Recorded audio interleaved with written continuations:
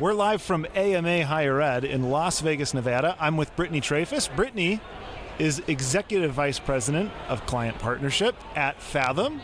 We're a digital marketing firm based out of Cleveland, Ohio. We have quite a bit of partnerships in higher ed, and so we're pleased to be here.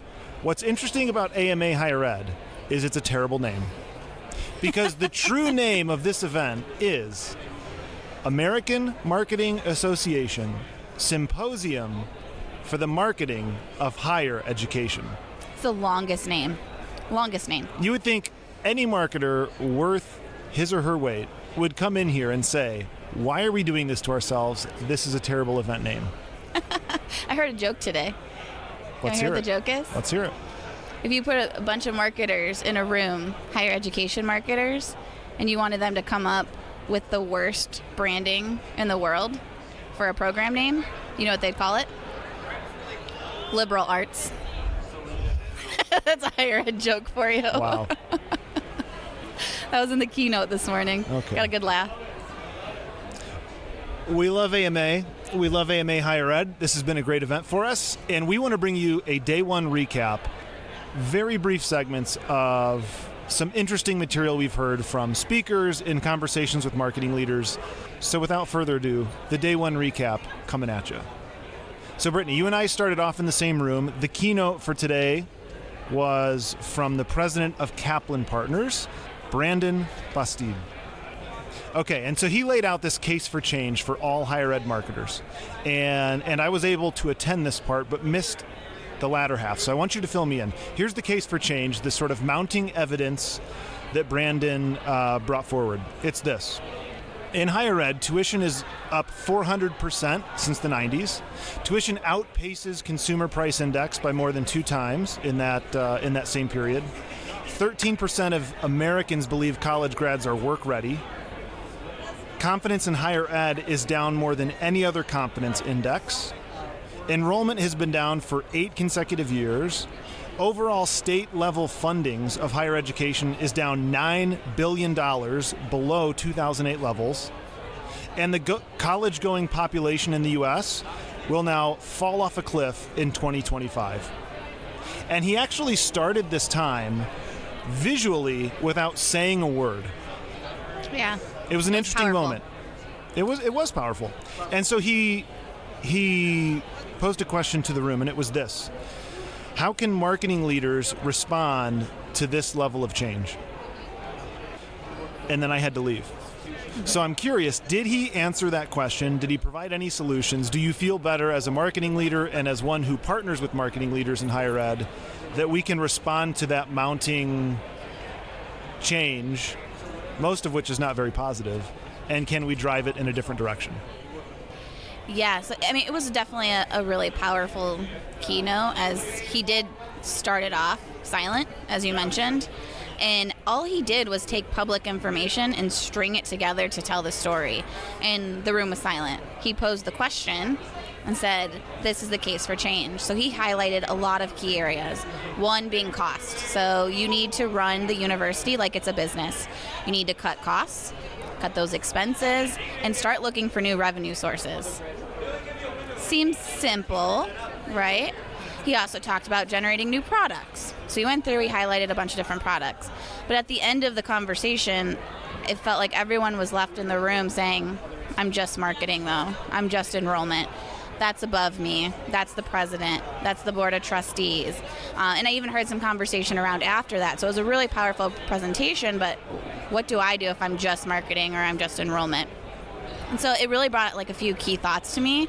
The biggest being, you need to start flipping your thought process of it's not just a student, it's a customer. They are our customers. We have to be thinking about what's the best experience that we're creating for them, from the time that they engage with us through maybe an ad to the time that they show up on campus. He even made a comment that he predicts that enrollment managers will become experience managers, which is really interesting when you think about outside of higher ed, you have a chief customer officer, a chief customer experience officer. So the fact that higher education is starting to talk about that. So as a marketer, I can start to change my mindset as the student's a customer. Other is, besides experience, is change your language. So he looked at the Gallup poll, And the language that we use to describe within higher ed can sometimes bring negative emotions. Higher ed actually brings a positive emotion and association. College, university has a very bipartisan view on it, depending on if you're Democrat or Republican. So he talked through a lot of that. Community college is neutral. So using language like higher ed instead of a college or a university when you're talking with students, parents, or employers. The other is, he talked a lot about creating new products. So he talked about online, certificates, non-degree, the need for work experience. So taking my learnings from within the classroom and applying it within the workplace. What can I do as a marketer to do that? A lot of that lives with the faculty, again, with the president, but I can advocate for that. So as a marketer, I'd recommend take those learnings, talk to students, talk to the parents, the employers, take those learnings and apply it. Share that within your institution to get that buy-in and start creating that case for change for those products. And I would say at the end, he really said that today people think the higher cost of tuition is associated with value. It's not. There's no data out there that shows that a higher cost of tuition is associated with a higher value. So as marketers, the biggest thing that we can do walking away is start to take those surveys with our alumni and with our current students and almost create like an NPS score. And so you can start to measure a baseline of like what is the score of our alumni and students and see how they associate value with their experience and their degree, and then continue to measure any increases, decreases. But then also you can use that in your marketing materials too. So talking about how the value can be associated with attending the institution. Interesting. What's your perspective on the selection of Brandon as the sort of kickoff keynote? Because a lot of what you're describing is very familiar in other sectors. Think in terms of product, think in terms of experience, and own the experience from A to Z. Think in terms of value exchange.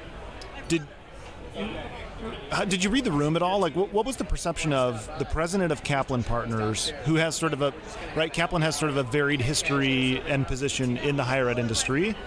How did you read the room in terms of reception? Was he viewed as an outsider, as an insider? Was this welcome news, or was it sort of with an eye of skepticism that the room was receiving this keynote?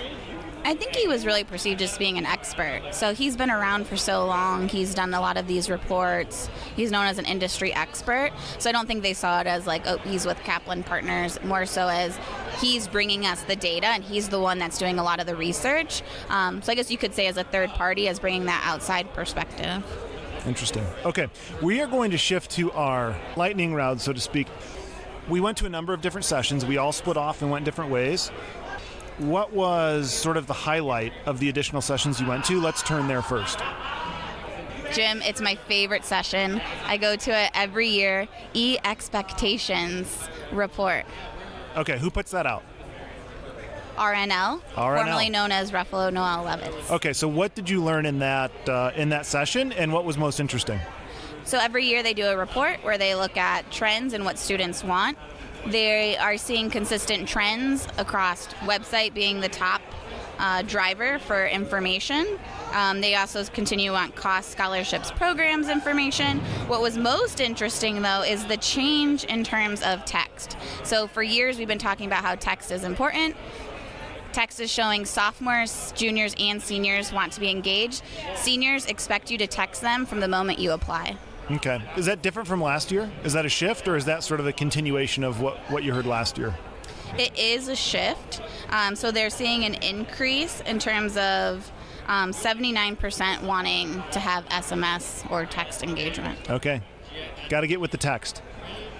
It's all about the text. And they said that multiple times throughout the presentation is we've been telling you guys for years to get onto texting.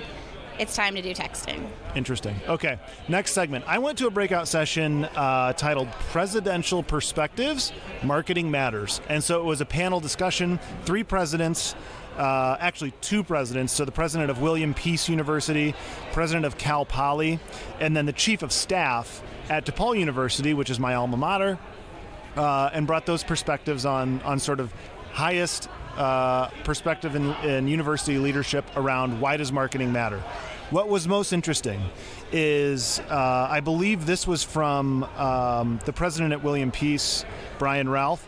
He said this: we're selling an unknown experience, and we have to have a brand and a marketing presence that unifies our voices on campus. So as a president, it's my job to personify the brand. And I'm less effective as a leader without the right brand.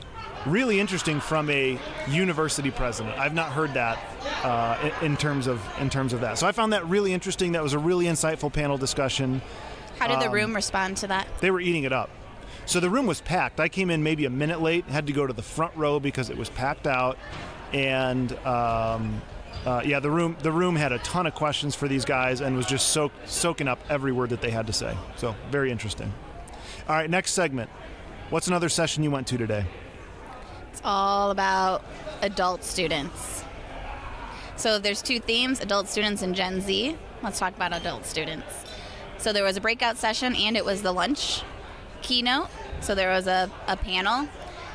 Key observation, not much has changed in terms of adult students. We're still hearing a lot of the same trends and information that we've been hearing for the last few years. We need to treat them differently. We need to be engaging with them.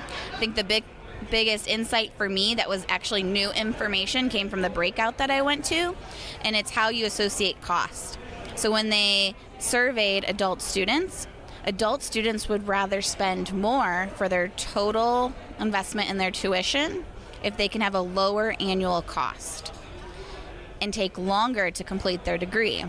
So a lot of times we think, here's the cost for your degree, and that actually turns off adult students. They want to see, what is my lower annual rate that I would be paying for my tuition, even if it's going to take me 4 years compared to 2 years if I'm paying less. All right, last segment. Most surprising, most disappointing. So what was the most surprising conversation or idea or question you heard today? And in the same vein, what was the most disappointing idea, conversation, or question you heard today? Anything come to mind? Gen Z. Gen Z is everywhere. And everybody thinks we need to treat Gen Z differently. They talk about how they're mobile first. Everyone uses mobile. So because I'm mobile first versus mobile only, does that make a difference in how I'm going to adjust my marketing strategy? I don't think so. I think we're all consumers. I think that at the end of the day, we've all been trained that I expect that personalized information through all different social media channels, retargeting me via display, and having a personalized experience. And they're really preaching on having that personalized experience and really creating that fan of Gen Z. But do you see that, is it any different for millennials or even Gen X? Probably not. It's easy to say, right?